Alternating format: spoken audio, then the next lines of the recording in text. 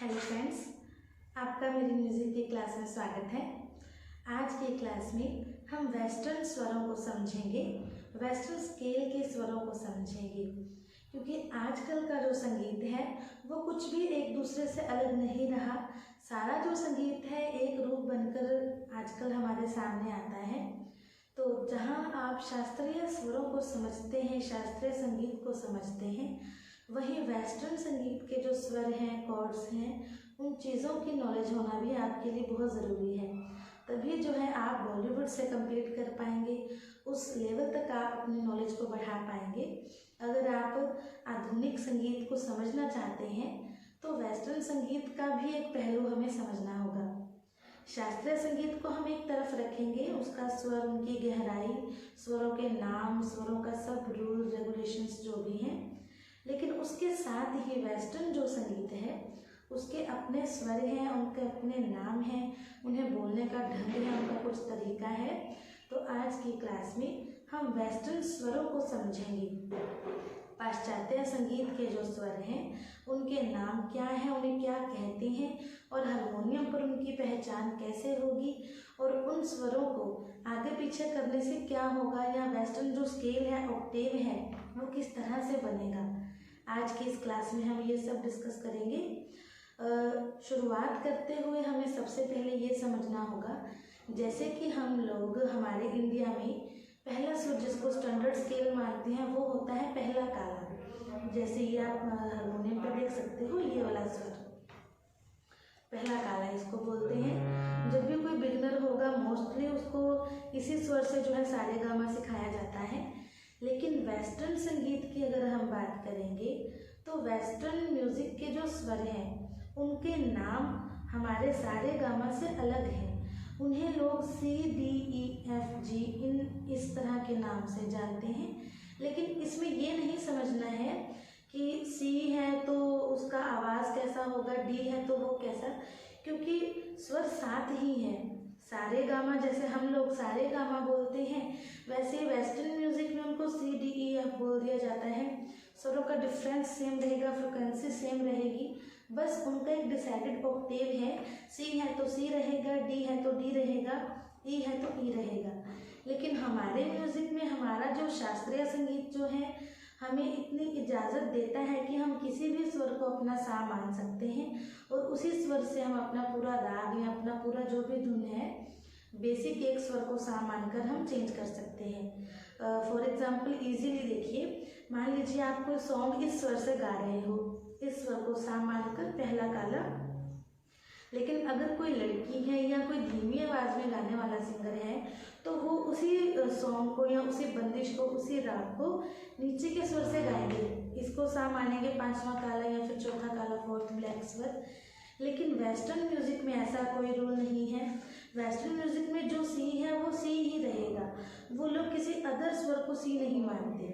जैसे कि हम लोग किसी भी स्वर पे अपना सा डिसाइड करके अपना राग का स्केल चेंज कर सकते हैं, वेस्टर्न म्यूजिक में ऐसी इजाज़त नहीं होती।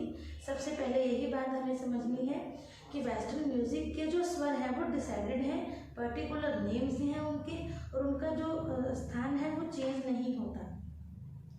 सबसे पहला स्वर जैसे हम लोग सा, रे, ग, म, पा, धा, नि 7 स्वर लेकर चलते हैं, वेस्टर्न म्यूजिक में वही 7 स्वर है, सेम फ्रिक्वेंसी, सेम डिफरेंस, गाने का ढंग सेम, बस उनके नाम जो है वो सी, डी, ई, एफ, जी, ए, बी, ये हमारे 7 स्वर बनेंगे। अब हम इनको हारमोनियम पे समझेंगे। सी जो पहला स्वर है वो ये सी।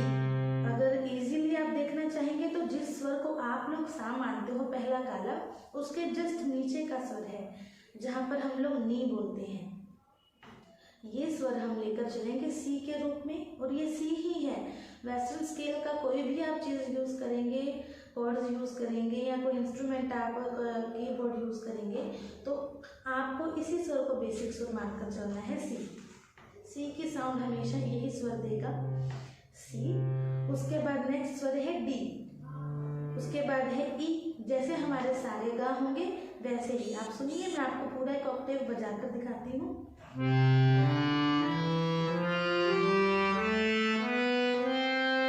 आपको सुनने में बिल्कुल ऐसा लगा होगा जैसे कि हम लोग सारे गा मा बजा रहे हैं। जस्ट वही स्वर हैं 7, बस उनके नाम जो है वो वेस्टर्न कल्चर में C D E F रख दिए गए।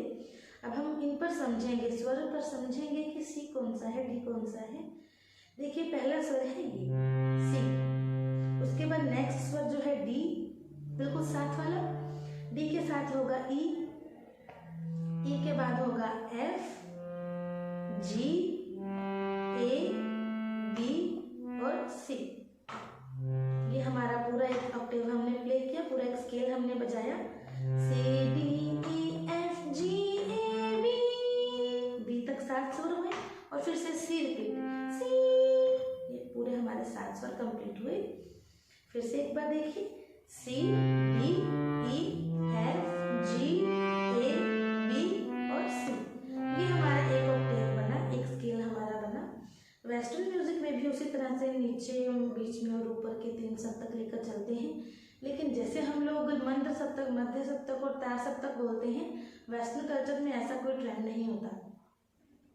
अब हम लोग समझेंगे कि इस एक ऑक्टेव के सप्तक, इस एक सप्तक के बीच में और भी तो स्वर हैं, जैसे हमारे कोमल रे होते हैं, कोमल गा होते हैं, तीव्र मा होता है, कोमल धा, कोमल नी। तो वो सब स्वर इस स्केल में कैसे समाएंगे, अब हम उन स्वरों के बारे में समझेंगे।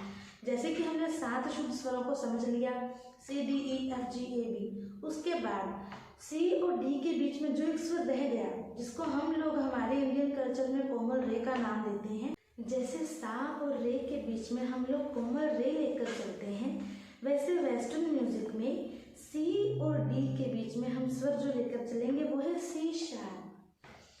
C और D के बीच में C शार्प, D और E के बीच में D शार्प, E और F के बीच में कोई स्वर नहीं, जैसे हमारा ग और मा प्लेन होता है, ग और मा के बीच में कोई स्वर नहीं, उसी तरह E और F के बीच में कोई स्वर नहीं आएगा।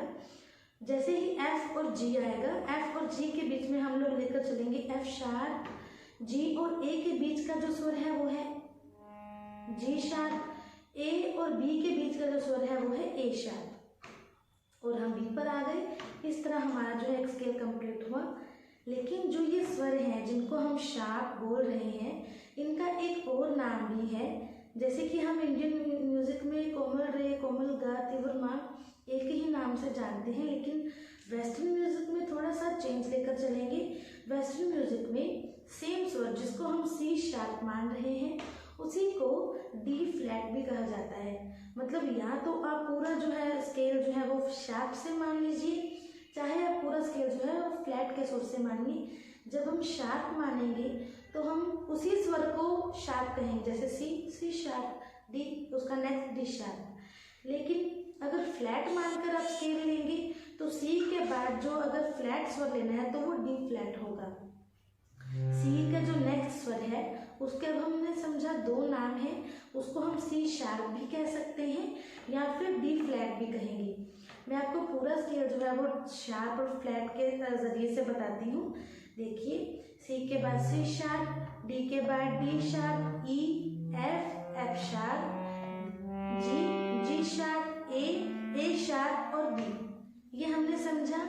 और दूसरा टाइप जो मैं आपको बता रही हूँ वो है C के बाद हम जो नेक्स्ट स्वर है उसका फ्लैट टाइप मानेंगे।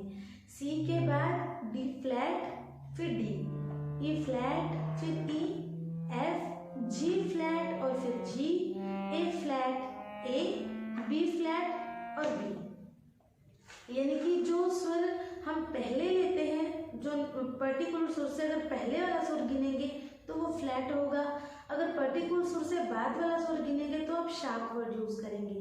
जब आप शार्प वर्ड यूज करेंगे तो C का जो नेक्स्ट स्वर है वो C शार्प, D के बाद D शार्प, लेकिन अगर आप फ्लैट करेंगे तो वो पिछला स्वर होगा, D से पीछे वाला D फ्लैट होगा, E से पीछे वाला स्वर जो है वो E फ्लैट होगा। इस तरह देखिए पूरा स्केल जो है हम पूरे रूल के साथ समझते हैं। C पहला स्वर, C के बाद C शार्प या फिर D फ्लैट, उसके बाद D, उसके बाद जो नेक्स्ट स्वर है D के बाद वो D शार्प भी होगा और E फ्लैट भी होगा। इसके बाद जो नेक्स्ट स्वर है वो है E। E और F के बीच में कोई स्वर नहीं है, हम डायरेक्ट F पर जाएंगे, E और F। F के बाद जो नेक्स्ट स्वर है वो है F शार्प या फिर G फ्लैट। उसके बाद हम जी पर आ गए। जी के बाद जो नेक्स्ट स्वर है जी शार्प, इसी स्वर को हम ए फ्लैट भी कहेंगे। अब हम ए पर आ गए, ए के बाद ए शार्प और इसी स्वर को ए शार्प को हम बी फ्लैट भी कहेंगे, बी फ्लैट, और ये बी, बी के बाद सी।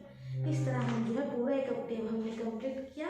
हमने वेस्टर्न म्यूजिक के जो पर्टिकुलर स्वरों के नेम हैं उनको समझा। जब तक हम ये नेम्स के बारे में नहीं अच्छे से जानेंगे, हम वेस्टर्न म्यूजिक से जुड़ी हुई कोई भी चीज़ के बारे में नॉलेज गेन नहीं कर सकते। इसीलिए पहले हम बेसिक को समझेंगे। आने वाली अगली क्लासेस में हम वेस्टर्न कॉर्ड्स, वेस्टर्न सिंगिंग से जुड़ी कुछ बातें और भी बहुत से डिस्कशन करेंगे। आज के लिए थैंक यू।